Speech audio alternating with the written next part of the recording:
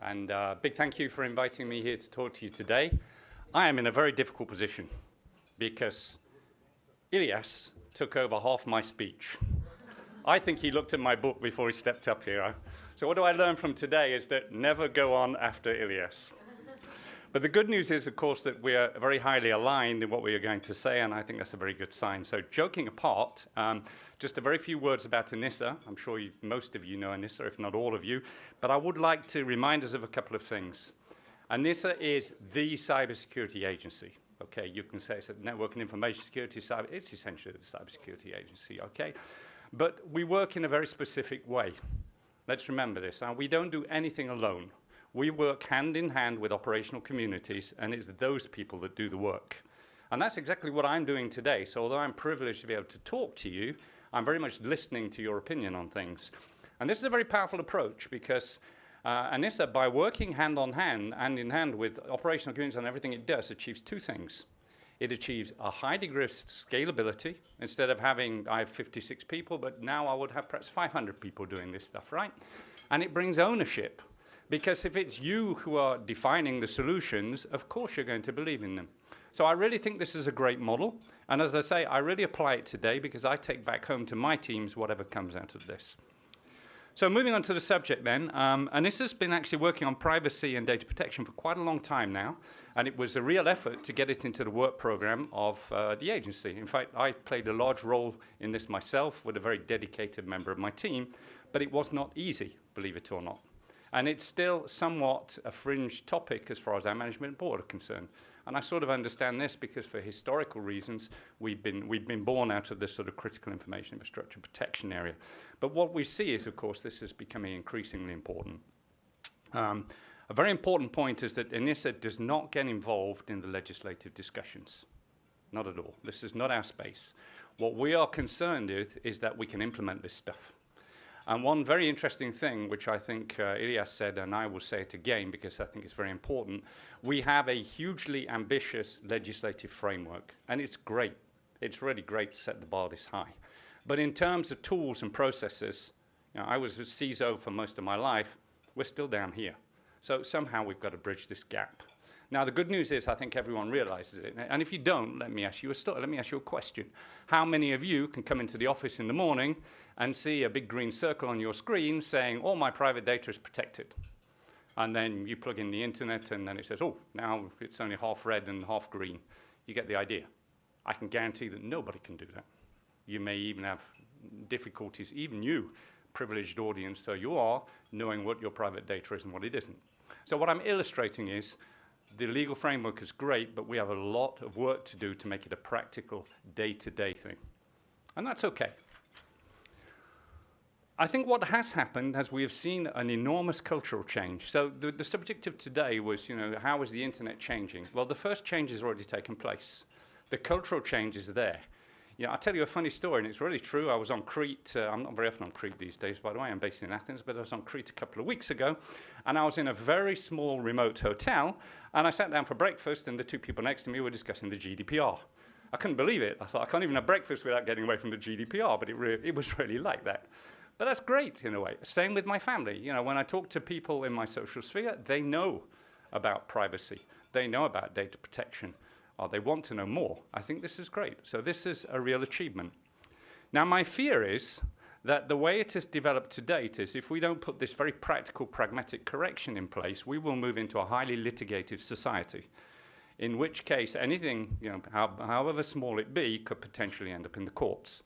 So we'll have some very rich lawyers, good luck to them, but that's not really the goal of the GDPR. The goal of the GDPR is to protect the citizen, and that's why this cultural change needs to be fostered and needs to be driven in terms of something which not only everybody understands, but which they can apply almost without thinking about it. And that's the challenge. It's a bit like when you cross the road, you look right, left again, or left, right, left again if you're in UK. You know what to do, right?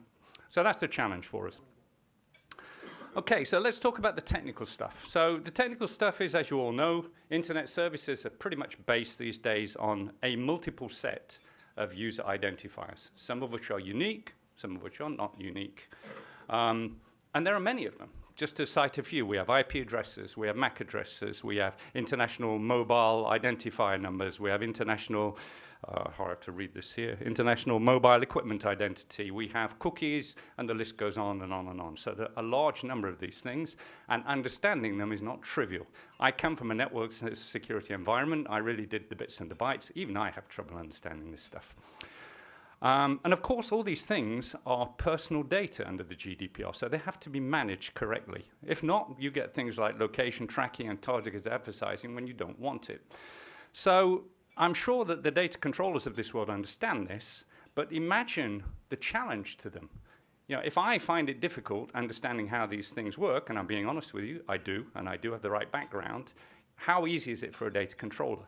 This is another of the challenges we have to get over. And what I think we will see is some degree of simplification here, because it's an impossible task otherwise, and these things mutate all the while.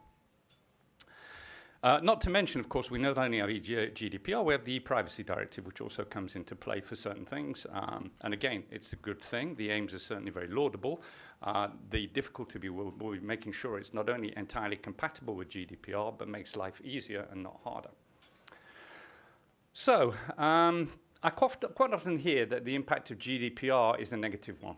You know, it's an obstacle, it stops innovation, it's a bad thing.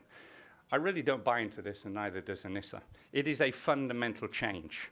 And you know, one of the great things it's done is got people reflecting on what privacy means in the first place, which actually is not so trivial. Yeah? Again, let me just give you an anecdote to tell you. I mean, think if I ask you your favorite food. You might say Italian, you might say French, whatever. You'll just tell me. Now, if I ask you that question before you step onto an airliner, I am socially profiling you. That's a whole different significance. What does that tell you? That tells you that in information security, context is very important. And the GDPR, one thing it has done is got people thinking about all this, and that's a very positive change. The other thing is it's done by making this kind of complexity transparent. Okay, it's worried people, which again is not a bad thing, but it has also shown people that we are seeking to develop trust, and that's a very important step on the internet, yeah?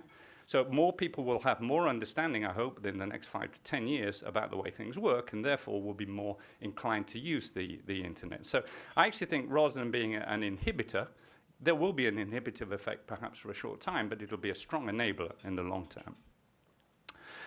So just give you a good example of why this is not impossible. Is it easy? No, it is not easy. Absolutely not. Will there be pain? Yes, there'll be a lot of pain, in my opinion. Is it worth it? Absolutely. It's really worth it. But these are fundamental changes to the way the internet works. Again, coming out of this environment, being a techie for many years, you know, security is not well represented in the way the internet works, but we have to put it there. That's why it's going to be so difficult. So let me just give you one example. You all probably know about IPv6, the latest version of the IP protocol designed to increase the address space. Well, in the past, you had this auto-configuration function, which configured IPv6 addresses on the fly, if you like. The problem is it produced globally unique IDs, but they could very easily be guessed and tracked, so it had a lot of negative consequences. Good news is, by the way, this was in 2003. In 2007, the standard for privacy extensions for IPv6 was issued. So it was a very tough problem, actually, but we got there.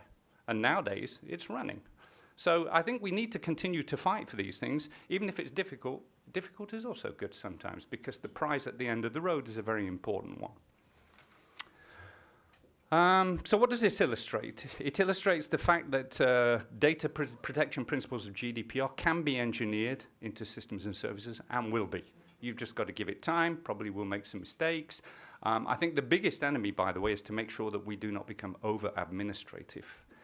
If we generate tons and tons of paper for everything we want to do, we will drown in paperwork. That, again, is not the idea of the GDPR. So I think if we're pragmatic, we use common sense, and we automate as much as possible, ENISA, at least, is very, very, very optimistic in this sense.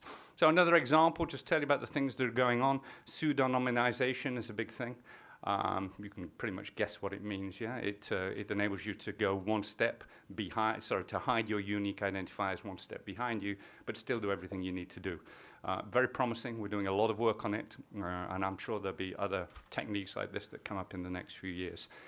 Word about my business. So my career has been security. I've been in security for the last 25 years. And when I first saw the GDPR, I thought, well, will we be able to analyze logs? You know, will we be able to do the security work? Well, the good news is yes, you will.